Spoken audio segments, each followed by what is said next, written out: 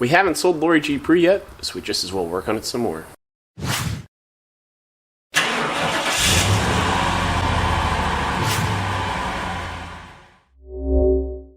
Alright, so it is September 15th, which means it is now 4 months since I listed Lori G Pre for sale on Facebook Marketplace. It's seen at least 4 price drops. I haven't really had any solid takers, not even realistic people who want to come out. No one's actually came to look at the car in person, so we'll put it that way. But, you know, if we're in this situation, there are still issues to be addressed on the car, so just as well do it.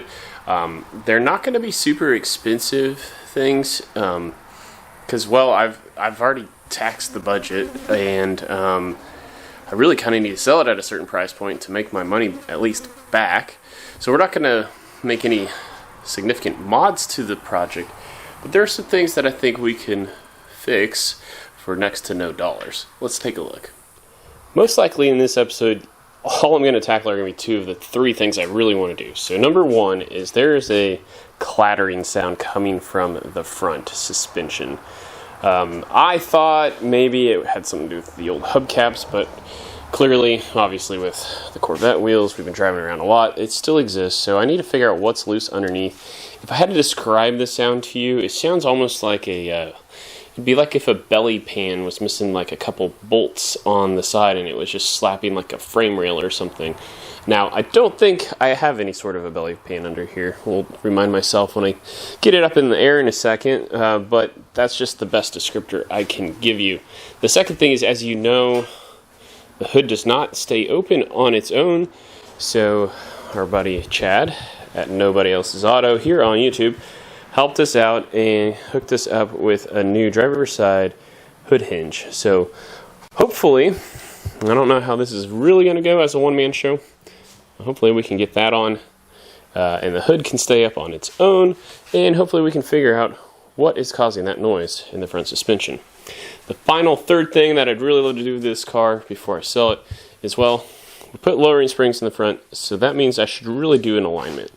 Now, it actually, you know, if you just look at it, sometimes you can tell when the camber is off. It looks fine. I haven't found any sort of uneven wear on the tires, but I don't want to wait too long and find that out the hard way. So, I won't be doing that clearly on this episode, but I'll have to take that to a shop. But that's the last thing I think I want to legitimately spend money on, is making sure we don't ruin these nice tires.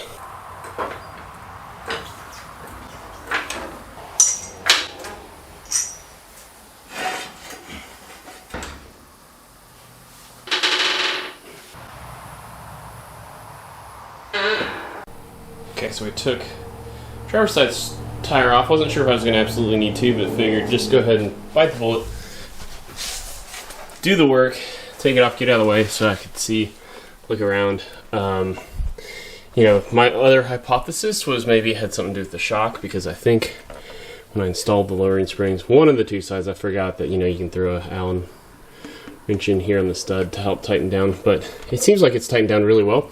But then I looked at the bottom mounts, and let me get a light so I can show you the culprit. So, looking at the lower shock mount, you can see we have lost one of our 2 studs. So, that would make sense as to what is clanging every time we hit a bump. Not sure how that happened, but I guess we'll be investing in blue Loctite when we find one of these guys to put back in. While we have this up in the air, we'll go ahead and continue to look around and look for problems, because as you know, it's a hoopty. It's a 45-year-old car, and this could only be a portion of what's going on. Well, now that I know the solution to the problem, we'll have to go sort through probably Rock Auto to find one of those bolts. But while we're under here, we can also figure out where my clearance issues are from the Corvette wheels. So you can see where I rub at full lock here, and then on the opposite side, it appears maybe the tie rod end or something is rubbing or doing some self-clearancing on my wheel itself now. Still can't figure out exactly what it is, but it's kind of taking care of itself. But yeah, we will also look for other clearance issues while we're down here.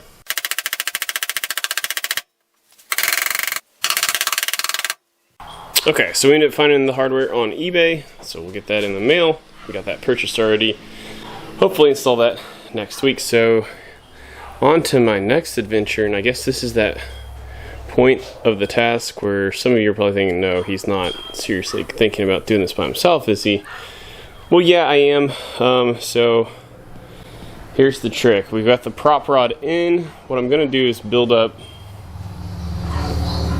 back here on the hood enough to where hopefully this shouldn't shift when I loosen the hood hinge. Now we'll do it nice and slow, and we'll see if maybe my precautions are incomplete.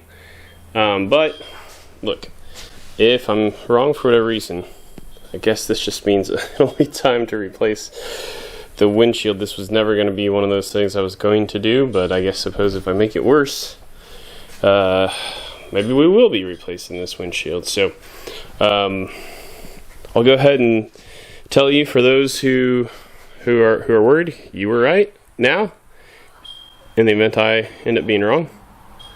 But I think it'll work, and so if we get to the other side of that, then I'll recut that phrase.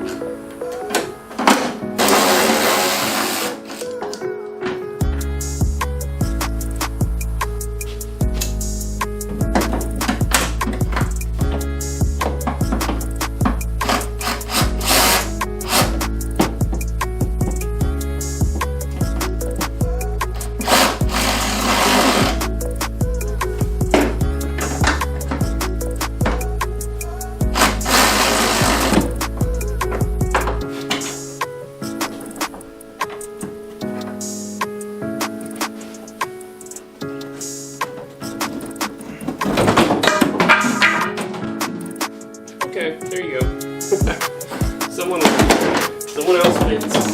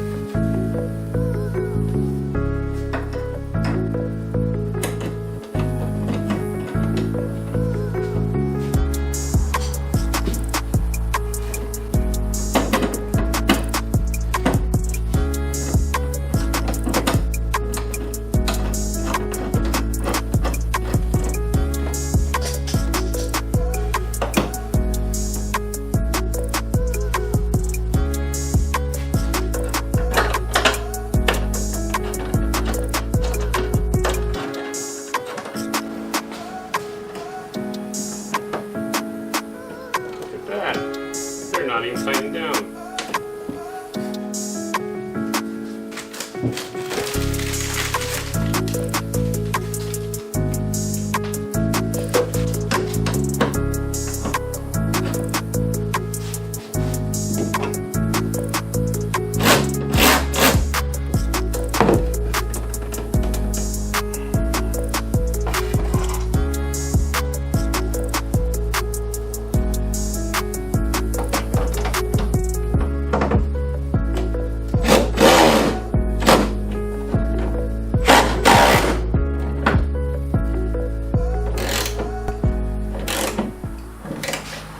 well, this is sweet. There's one more thing. No more piece of wood that has to keep this hood up. That's awesome. That's just one less thing for someone to try to talk me down on price from. It's just one of those psychological things. That would be kind of an annoying thing to do. As you can see, it really wasn't that much work. It was 3 nuts, and putting the blocking behind the hood seemed to work with the prop rod. You just have to be careful, as you saw. Clearly, we wanted to manipulate the back side of that further up with the hinge that worked, and then that made the prop rod fall loose. So be cognizant of that if you're trying to one-man it like I did. But yeah, this car has just a bunch of those tiny little things, like the leaking power steering pump, which might be next on my list of things to address. But just stuff like that. Now that the hood opens and shuts on its own, nobody knows any different. It's just not going to be that one more thing. You might be able to overlook this or that, but then we start stacking on a bunch of the little things. At some point, people get sick of that. So, I'm stoked. Thanks for tuning in. I know that was a short and sweet episode. We'll get that other shock bolt in once that comes in the mail. Thanks for tuning in. I know it's been, life's been crazy for me last, say, 7-8 weeks, so it's been hard to get content like this back up on the channel. But I appreciate you sticking with me and tuning in for yet another episode of Straight Six Fan. So with that, I just want to say to all my Six fans out there, thanks for watching.